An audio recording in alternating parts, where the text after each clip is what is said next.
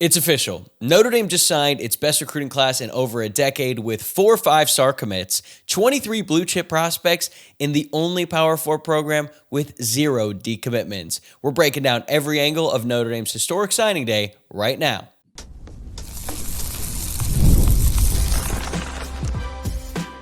You are Locked On Irish, your daily podcast on the Notre Dame Fighting Irish.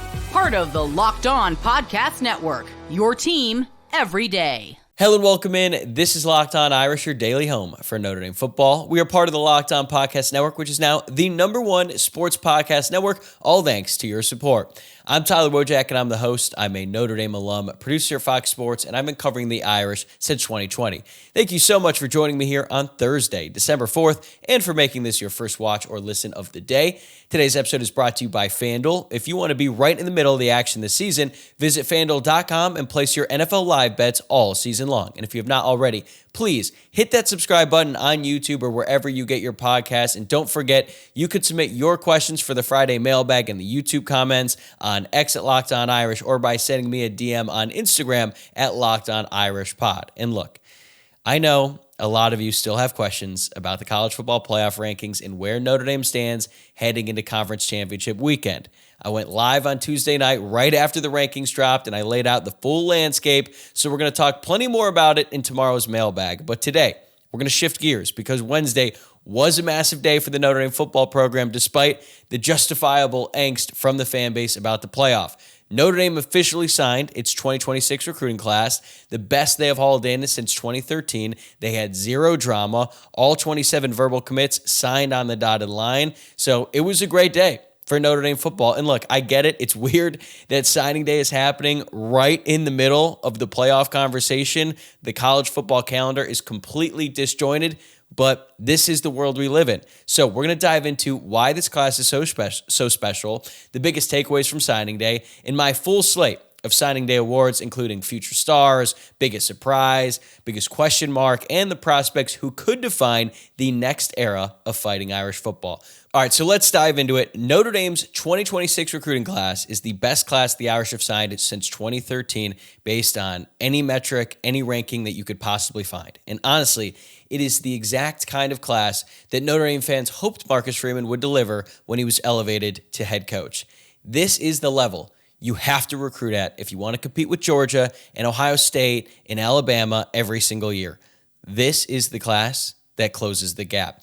Notre Dame is expected to finish number 2 in the On3 team rankings and number 4 over at the 24/7 Sports Composite. And at the time of this recording, the Irish are set to finish ahead of Alabama, Georgia, Ohio State, and Texas. 4 programs that basically live in the top 5 of the recruiting rankings. And team rankings can be skewed by volume. USC, for example, has a whopping 35 commitments in this class, which is a big part of why they're going to finish with the #1 class. But for Notre Dame's class of 2026, it's not just about quantity. And they did bring a lot of guys. 27 total commits is a lot, but it's more about the quality. If you went strictly by the average rating per commit, Notre Dame would still finish in the top 5. And out of 27 total commitments, Notre Dame signed 4 5-star prospects at true premium positions. You've got edge rusher Rodney Dunham, tight end Ian Premer, cornerback Corey Adams, and safety Joey O'Brien. They signed 11 players ranked inside the top 150 in the 24/7 Sports Composite, and it was nearly 12 because defensive tackle Elijah Golden just barely missed the cut. In total, they signed 19 4-star prospects, and the 4 and 5s together make up a blue chip percentage of 85%. Those are staggering numbers, but maybe the most impressive stat of all is 0. 0 decommits. 0, zip, nada, none. They were the only team in the entire Power 4 to have 0 decommitments in this entire cycle. In the era of NIL, when recruiting is more volatile than ever, holding onto a class, especially of this caliber, with almost no drama is borderline impossible. And yet that's exactly what Marcus Freeman and the staff did. If you started tuning into the show during the season, some of this might actually surprise you because we didn't really talk that much recruiting in the fall. It's all been about the games in the season, but that's mostly because we didn't really have to. Notre Dame essentially had their entire class wrapped up back in July. And from that point on, the focus was just holding everyone through their senior seasons, which is no easy task, but they pulled it off. Freeman deserves a ton of credit for leading the operation from the front, which, as we know from a previous head coach, that is not something that every head coach does, but it takes a village now more than ever. And part of what makes this even more impressive is that Notre Dame is one of the most competitive programs in the country in the NIL space, and they do it the right way. They're not just throwing around obscene amount of money like Texas A&M and Miami did a few years ago, and they aren't sacrificing the standards that make Notre Dame, Notre Dame. The football staff, the NIL operation, and the admissions department are all in lockstep working together to identify and support the best players who actually fit the culture of the university. That type of alignment is pretty rare in college football, certainly rare at Notre Dame, but it is a huge reason that this class looks the way it does. Marcus Freeman is thriving in a situation where so many previous Notre Dame head coaches have struggled or failed entirely. He is proving that you can win big here at Notre Dame. You can recruit at an elite level and still uphold the values that make this place special, but it was not easy. Freeman had to rebuild that village after last season when Chad Bowden left Notre Dame for USC. A lot of people thought that when Bowden left, that would be a fatal blow to Notre Dame recruiting, but it ended up being quite the opposite. Mike Martin, who was hired back in the spring to replace Bowden as Notre Dame's general manager, has been phenomenal. Now, I understand it's hard to see the impact of a GM because almost everything they do happens behind the scenes, but make no mistake, Martin has been instrumental in building this class. Carter Allman, Notre Dame's director of recruiting, is another star in the operation. He had real opportunities elsewhere, including an offer to follow Chad to USC or become Wisconsin's general manager, but he chose to stay home at his alma mater and keep growing this thing. And there's a few other people who deserve recognition as well, people like Ron Paulus and all he does for the NIL and the contracts. Mike Martin gave him a shout out in the press conference because that is a very important job. Jordan Blake, Justice Bathis, and a former Notre Dame defensive lineman, Myron Tagovailoa Amosa, all of them played a massive role in constructing what could go down as one of the best recruiting classes in program history. I don't think that's hyperbole. The class is loaded from top to bottom. It has elite talent, it has depth, and it has real positional balance. They signed the best defensive back class in the entire country with Joey O'Brien, Kari Adams, Aiden Pouncey, Chaz Smith, and Nick Reddish. 5 commits, including 2 5-stars in O'Brien and Adams, 2 4-stars in Pouncey and Smith, and a 3-star that Mike Mickens absolutely loves in Nick Reddish. And as we know, Mike Mickens has a pretty good track record of finding diamonds in the rough. They paired that with one of the best defensive line hauls in America, headlined by 5-star Rodney Dunham, the highest-ranked player in the entire class, plus 4 stars Ebenezer Iwatade, Elijah Golden, and Tiki Hola. At linebacker, they stuck with quality over quantity, signing Thomas Davis Jr. and Kobe Clapper. And landing Davis is especially impressive because his dad was an All-American at Georgia. He played 16 years in the NFL, and Georgia still couldn't flip him away from Notre Dame despite their best efforts later on in the recruiting cycle. Offensively, running back coach Jaywan Sider made an immediate impact before ever coaching a game at Notre Dame, landing 2 top 150 running backs in Javian Osborne and Jonas Walton. And Mike Brown deserves a ton of credit because they signed 5 wide receivers in this class, including their top target at the position, Kadon Finley out of Texas, and 4 more dynamic players to add depth to a room that took a huge step forward this past season. And as always, Notre Dame loaded up on the offensive line with 6 commits plus 2 elite tight ends. At quarterback, they secured Noah Grubbs way back in June of 2024, and his stock has dipped in the rankings, but Marcus Freeman said Grubbs is as talented as any quarterback they have evaluated. This is a truly elite class, and I cannot wait to see these guys in the blue and gold.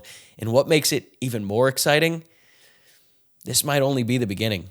Notre Dame's class of 2027 is already off to a very strong start, and if Marcus Freeman and the Irish keep stacking groups like this one, they're going to be competing for national championships every single year. All right, that is the big picture takeaway. Now let's hand out some hardware. Up next, my signing day awards, starting with the guy I am most confident will become a star at Notre Dame. Stay with us.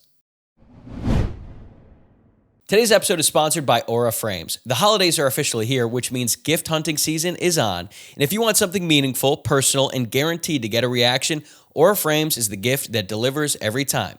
It's not just something you wrap, it's a way to share memories because Aura isn't your average picture frame. You can preload the frame with photos before gifting it, so when they plug it in, the memories are already there. No apps to figure out, no setup headaches, just instant smiles. You could send this to your grandparents, parents, newlyweds, or anyone else who loves photos. You can upload endless pictures and 30-second videos through the Aura app. And you can add a personalized message right inside the frame so the gift feels thoughtful the moment it's opened. Packaging comes gift ready, no price tag, no wrapping needed, which is a huge win. It's a holiday gift that actually gets used, not forgotten in a drawer.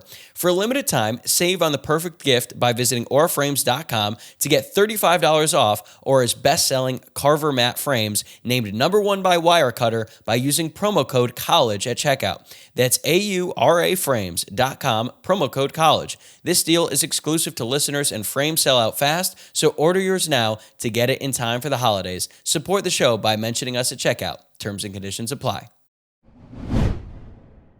Welcome back to a special signing day edition of Locked On Irish. I'm your host, Tyler Wojciak. Thank you so much for making this your first watch or listen of the day and for helping Locked On become the #1 sports podcast network. All right, let's hand out some signing day awards. And the first award I want to give out is the Best Bet Award for the player with the highest long-term ceiling, the guy I am most confident will become a multi-year star and a potential first-round draft pick. I'm going to go with the 5-star tight end, Ian Premer. Of all the commits in this class, I am most certain he is going to be a massive hit at Notre Dame. He is the best tight end prospect in the country, going to a school that still proudly identifies as Tight End U. That's about as safe of a bet as you're going to find. He has the chance to be one of the very best in a long line of elite tight ends who have come through Notre Dame. Now, he's only 220 pounds right now, but he is 6'6", which is the same height as Tyler Eifert and the same height as Kyle Rudolph, and he moves like an elite athlete for someone with that kind of size. And he also plays with the kind of physicality and toughness of a Michael Mayer. He's going to need to add some weight once he gets into a college strength program to maximize his blocking ability, but as a pass catcher, he is already as polished as it gets, and he's exceptional with the ball in his hands. As a senior, he rushed. Let me say that again. He ran the ball for 620 yards and 14 touchdowns, and he added 40 catches as a receiver for 734 yards and 14 more touchdowns. Of all the great players in this class, Premer is the one I feel most confident about becoming a star in South Bend because he has all the traits you want in a tight end. He has the drive, he has the motor, and he's going to play for a school that values his position. I'm not sure if he's going to get on the field right away because Notre Dame has some good players in front of him. They've got James Flanagan, who I predicted going into the season would be the most impactful freshman. Has not worked out that way this year, but they're going to get Cooper Flanagan back next year. So even though the Notre Dame tight end room has taken a little bit of a dip this season, the future is extremely bright at the position. All right, next up, we got the Day 1 Difference Maker Award, which is going to go out to the freshman who I believe is going to make an immediate impact. And look, this was really difficult because on one hand, Notre Dame has a bunch of extremely talented players who could play right away. But on the other hand, Notre Dame is expected to bring back a ton of talent on next year's roster. So where is a freshman going to separate themselves and get on the field right away? The answer might surprise you. I'm going with 5-star cornerback Kari Adams. Considering how much talent Notre Dame brings back next year at corner, this might be a reach. They're going to have Leonard Moore, who's obviously going to be a starter. He's the best cornerback in the country today, and he still has one more year of college football. They're also expected to bring back Christian Gray, who's been a 2-year starter for the program. And then who knows what's going to happen at nickel, but Kari Adams doesn't play nickel. But Mike Mickens, the defensive backs coach at Notre Dame, has shown he is not afraid to put true freshmen out there, especially at corner. He started Benjamin Morrison in his first career college game on the road against Ohio State. That same Ohio State team had Jackson Smith and Jigba, Marvin Harrison Jr., Emeka Egbuka, and C.J. Stroud throwing to him. Didn't matter. Benjamin Morrison, have fun out there. And you know what? He did pretty well in his first start at Notre Dame. He also started Leonard Moore as a true freshman. Now, granted, Leonard Moore started because Benjamin Morrison got hurt, but Moore started over Jaden Mickey, who had been around the program for a little bit. And then this year, Mark Zachary and Dallas Golden played meaningful snaps in reserve. So I think Adams is a better pure shutdown corner than Zachary and Golden. at the same stage. I'm not ready to compare him to Leonard Moore and Benjamin Morrison just yet. I think he needs to have at least one practice at Notre Dame before I'm calling him that good. But even with Leonard Moore returning next season, it would not shock me at all if Adams pushed Christian Gray a little bit for some playing time right away. Gray is a good player, but I don't think he's blossomed into the star I thought he might become just yet. Meanwhile, Kari Adams is the highest rated corner Mike Mickens has ever signed, and he is absolutely going to get the chance to compete immediately. Is he going to be a starter? Probably not, but I think he is going to figure into the rotation at cornerback from day one. All right, next up, the Shake the Room Award for the best position group. This is self-explanatory, and I'm going to go with the defensive backs. This was pretty easy, probably the easiest award out of all of them, because I already said in the opening segment, Notre Dame has the best class of defensive backs in the country, and it is also the best position group in Notre Dame's 2026 recruiting class. It's crazy to think about this, but not long ago, Notre Dame's secondary was a perennial weakness. Now, it's not just a strength. The Irish are making a legitimate claim to be the new DBU. Look at the resume, right? Kyle Hamilton is the best safety in the NFL.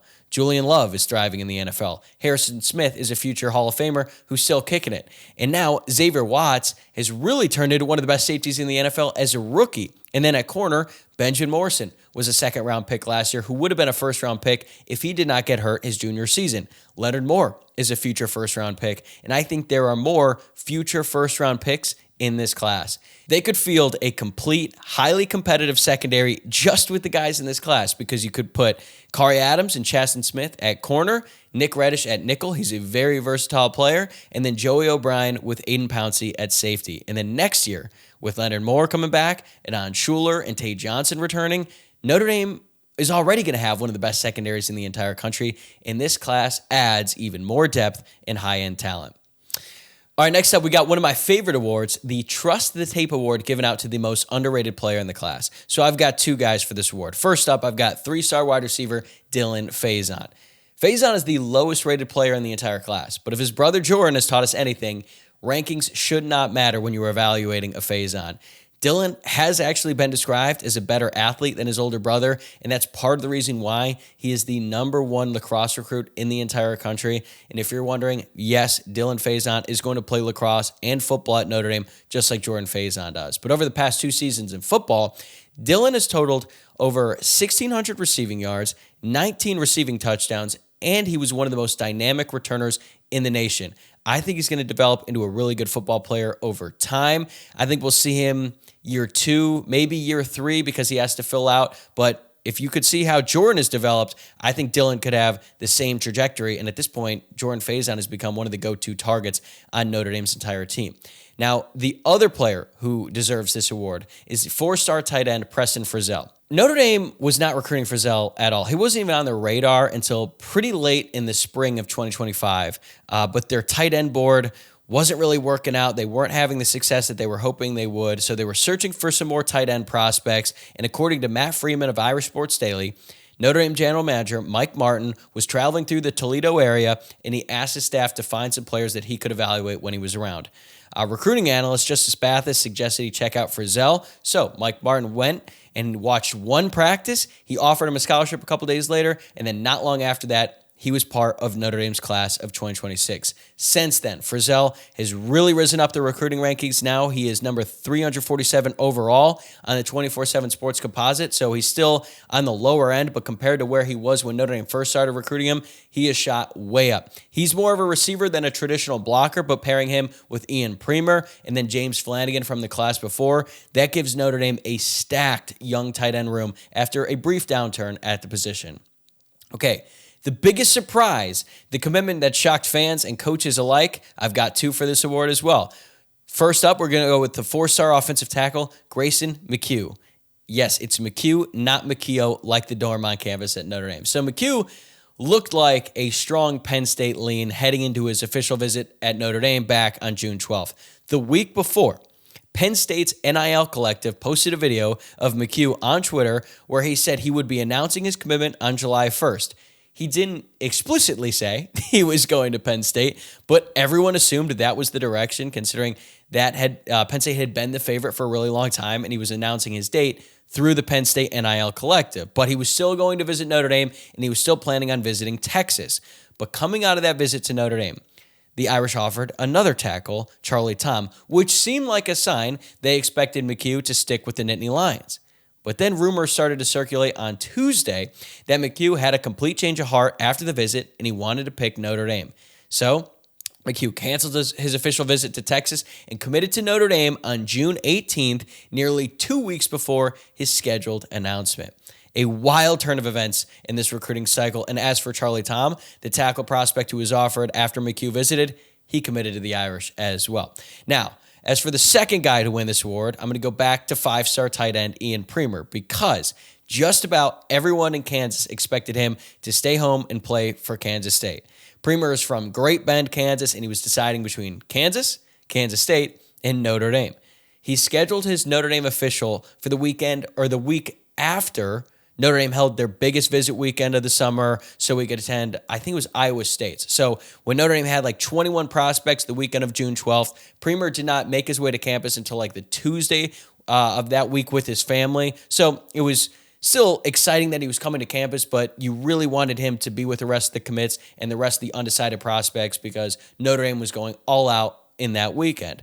So it always kind of felt like a long shot that he would end up with the Irish, but on the morning of his announcement, there were multiple Kansas State sites who were already celebrating keeping the state's best player home. So it looked like, all right, he's going to end up picking Kansas State. That's what most people expected anyway. But then out of nowhere, he shocked everyone and committed to Notre Dame. Never underestimate the Notre Dame coaching staff's ability to close on an official visit. Okay, we've talked the lock, the steals, and the best position group. Now let's flip it. It's time for the biggest question mark, the highest upside swings, and the future MVP of the 2026 class. That's coming up next on Locked On Irish.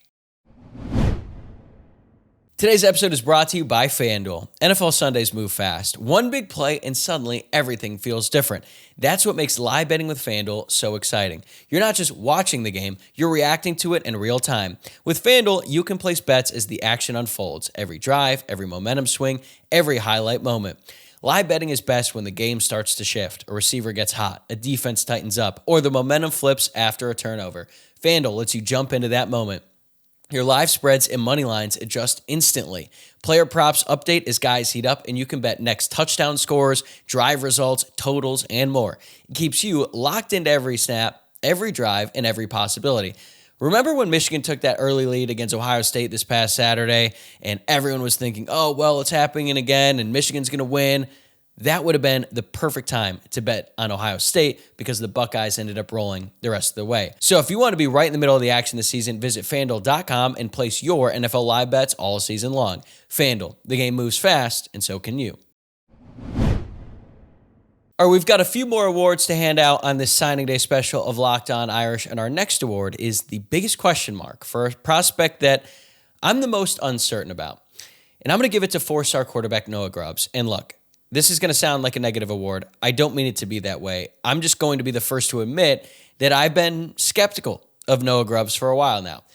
Notre Dame got Grubbs to commit before his junior season of high school, so he's been around this class for a long time, and Notre Dame was clearly banking on his long-term development. We've seen that model work before. Notre Dame offered Deuce Knight when Knight was like a fringe top 200 prospect, and then he eventually blossomed into a five-star by the end of his senior year. The only problem is Notre Dame could not keep him in the class. I think the staff expected a similar trajectory for Grubbs, but it just didn't materialize like they all hoped. When he committed, Grubbs was the number 10 quarterback in the class on the 24/7 Sports Composite, but he fell all the way to the number 27th ranked quarterback, and he's outside the top 350 prospects nationally. And look, some of that is due to circumstances. His supporting cast at his high school got a lot worse going into his senior year, and he faced extremely tough competition. So I'm not blaming that entirely on him.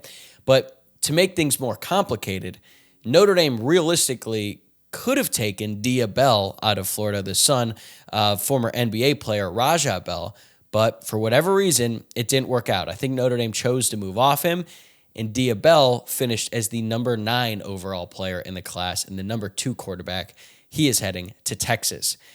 I also know that Notre Dame poked around at other quarterback commits late in this cycle.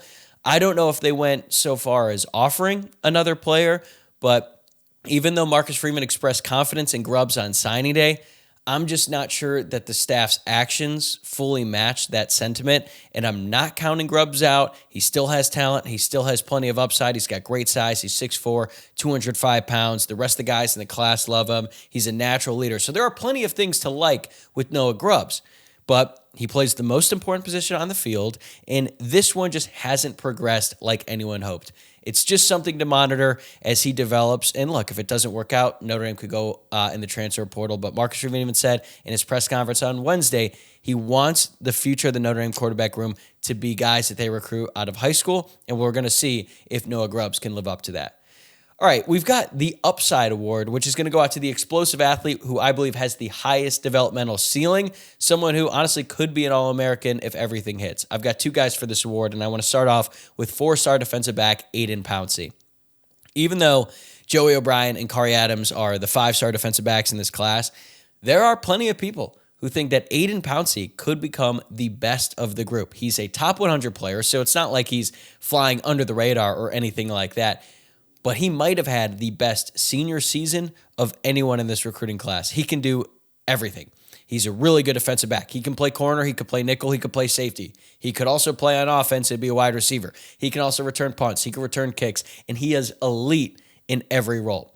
I think he's going to play safety at Notre Dame, but he could easily be a corner or a nickel or just some sort of a hybrid role. Maybe they just make up a new position for Aiden Pouncey because he's that good. His ball skills are so good. He could legitimately be a wide receiver if the staff wanted him to. We've seen that with a couple guys. I mean, Joey O'Brien certainly could play offense. Dallas Golden in last year's class was really good on offense for his high school. But wherever he plays on defense, I think he's going to make an early impact in some capacity. If it's not on defense, maybe it's on special teams. But this is the type of player who's going to make plays the moment he steps on campus. I considered him as the immediate impact award, but I think Kari Adams is just a notch above him as a true corner. But Aiden Pouncey is more versatile, and I think that he is going to provide a ton of upside for this Notre Dame defense. The other player who has an extremely high ceiling in this class is 4-star edge rusher Ebenezer Iwatade. Iwatade is a very raw prospect with enormous upside. He is the type of pass rusher you need if you want to build like a truly elite defense. Back in the Al Golden scheme, he would have been a perfect Viper. And even in Chris Ash's scheme, I'm not saying like he's a bad fit or anything like that, but when you think of like the Viper in an Al Golden defense, you think of Ebenezer Iwatade. He is that good, and he reminds me a bit of Boubacar Traore, who, as we know, is an extremely good football player, because it took Traore a couple years before he really excelled in college, and I think we're going to see the same with Iwatade. He might need a year or two before he becomes like a consistent contributor, but once he fills out and he refines his technique, he's a chance to be an absolute force. Okay, the biggest recruiting win of the cycle, for the toughest and just most impressive recruiting win for Marcus Freeman and his staff this cycle, this goes out to safety Joey O'Brien, the 5-star. And early on in the process, Notre Dame was considered the favorite to land Joey O'Brien. So why is this the biggest recruiting win? Well, then Penn State, his hometown team, O'Brien is from Pennsylvania, actually goes to the same high school as Grayson McHugh. They made a big push, so much so that it felt like they were taking the lead. And it felt like that for a long time. But then, as O'Brien started to take his official visits in the summer, reports started to circulate that Oregon had moved into the driver's seat. And whenever Oregon is involved, that's never a good sign because they have more NIL firepower than literally anyone, all thanks to Phil Knight over there at Nike, and they certainly know how to use it. So when that started to circulate, I was like, man, it's not really looking that good for Notre Dame, because I believe he visited Oregon 2 weeks before he went to Notre Dame, or maybe it was the week prior. But Notre Dame got the last official visit with Joey O'Brien, and that proved to be critical because they were able to close the deal on O'Brien that weekend, and then O'Brien committed on the same day as Kari Adams. It was a massive day for Notre Dame. They landed 2 5-star defensive backs in the same afternoon. And not only that, beating Oregon head-to-head made it even more significant. And O'Brien would later say in an interview that he planned to choose Oregon before his visit to Notre Dame. He thought he was going to be a Duck, but he was like, you know what? I promised Notre Dame I would do the visit. Let's go. Let's see how it is. And the visit went so well, and the Notre Dame staff made such a strong impression that O'Brien couldn't see himself anywhere else. In past cycles, Notre Dame almost never wins that type of battle. But times have changed. All right, the Future Captains Award. These are the clear-cut leaders of the group. I've got 2 for this one as well. 4-star running back Javian Osborne and linebacker Thomas Davis Jr. In every class, there's always going to be like 1 or 2 guys who naturally take the lead and they help recruit others. Drake Bowen was a great example. He was the guy that as a recruit was on campus every single weekend for Notre Dame. Now, granted, Bowen is from Indiana, so it's a short trip for him and his family, but now he's the captain and the heartbeat of the defense. CJ Carr is another great example, and he's going to be a captain at Notre Dame sooner than later, as in next season. In this class, Thomas Davis Jr. took that early leadership role. He was one of the first prospects to commit in this class, and he maintained that energy throughout the entire cycle. Like, I got pretty nervous once Georgia, which, as we've talked about before, like, he's a Georgia legacy. He has a bunch of ties to that program. Once they came calling, I was like, man, are they going to steal the leader of this class? Nope. Thomas Davis Jr. stayed solid in his pledge to Notre Dame, continued to recruit more guys to Notre Dame, and that was a big win on the trail, and I think keeping him a part of this class was huge. Javian Osborne is a different situation because Notre Dame really wasn't on his radar for a while, but then once Notre Dame hired Jaywan Sider to replace Dylan McCullough, he made Osborne a priority right away. And at the time, everyone thought Osborne was going to go to Michigan. But once he got on campus in Notre Dame, everything switched. He was bought in immediately. And then once he committed, he became one of the most active peer recruiters on the board. He's vocal. He's on social media recruiting other guys, and he was persistent. And I think he actually helped lock down a couple more prospects. I would be shocked if Javian Osborne and Thomas Davis Jr. aren't captains one day. And last but not least, we have the Future MVP Award. This is going to be the player who could define the class of 2026. There's a bunch of great players, but if this player reaches his ceiling, he's going to be the top 10 pick. He's going to be the first rounder. He's going to win a bunch of awards. He's going to be the player that we talk about whenever you talk about this recruiting class. And I'm going to go with the best player, the highest ranked guy, 5-star edge rusher Rodney Dunham. He is the type of elite edge rusher that Notre Dame has missed out on for years. And his commitment back in March was the first real sign that this class had a chance to be special because he was the first domino to fall. Once they got him, they landed a lot more high-end prospects. And he is the number 12 player in the class, and he's top 10 in some other services. So no matter how you look at it, he is a top 15 player. He's already 6'4", 230 pounds, and he's not even 18 years old.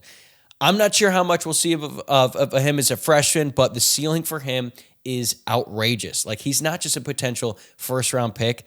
He has legitimate top 10 NFL draft potential once he matures physically and technically because he's got elite traits, a relentless motor, and the kind of snap-to-snap consistency that separates good pass rushers from great ones. He's got all kinds of moves, and, like, you think about how good he is today, and how much more he can improve, like, it gets scary. And Jamie Uyeyama from Irish Sports Daily, great friend of the program, said he believes that Dunham is the best defensive prospect Notre Dame has signed since Jalen Smith. If Dunham ends up anywhere near that level, he's going to go down as an all-time great at Notre Dame. All right, there you have it. There you have all my signing day awards, but that is going to do it for today's episode of Locked On Irish. Thank you again for making this your first watch or listen of the day. If you enjoyed the show, make sure to subscribe to the YouTube channel, like the video, subscribe to the podcast, rate and review it as well. It really helps us out. And remember, the Friday mailbag is coming up tomorrow, so get your questions in now. Drop them in the YouTube comments, hit me up on X at Locked On Irish, or send me a DM on Instagram at Locked On Irish Pod. I'll see you Friday.